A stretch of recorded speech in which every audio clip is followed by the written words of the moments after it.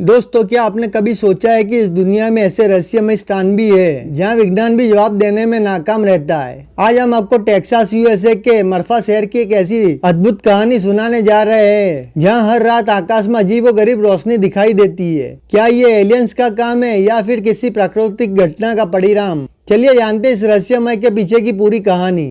Marpha Texas का नाम सुनते ही वहाँ की रहस्यमय लाइट्स की बात सबसे पहले दिमाग में आ जाती है। मरफा लाइट्स, जिसे गोस्ट लाइट्स भी कहा जाता है, पहली बार 1883 में दिखाई दी थी।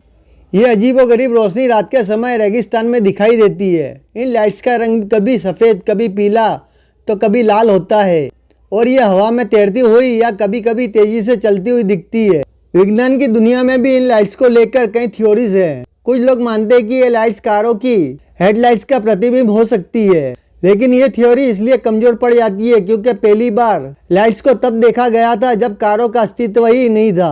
कुछ वैज्ञानिक इसे प्राकृतिक घटना मानते हैं जो कि रेगिस्तान की भौगोलिक स्थितियों के कारण होती है, लेकिन मरफा के स्थानीय लोग और पर्यटकों के लिए ये लाइट्स आज भी एक गहरा रहस्यमय बनी हुई है। हर साल हजारों लोग इन्हें देखने के लिए मरफा आते हैं, लेकिन कोई भी इनके पीछे की सच्चाई को पूरी तरह से समझ नहीं पाया है। तो दोस्तों, क्या आप इन लाइट्स को देखने के लिए मरफा जाना चाहेंगे या फिर इस रहस्य को यहीं से जानना पसंद करेंगे? जो भी हो, मरफा लाइट्स का रहस्य आने वाले कई सालों तक विज्ञान और मानवीय कल्पनाओं को चुनौती देता रहेगा।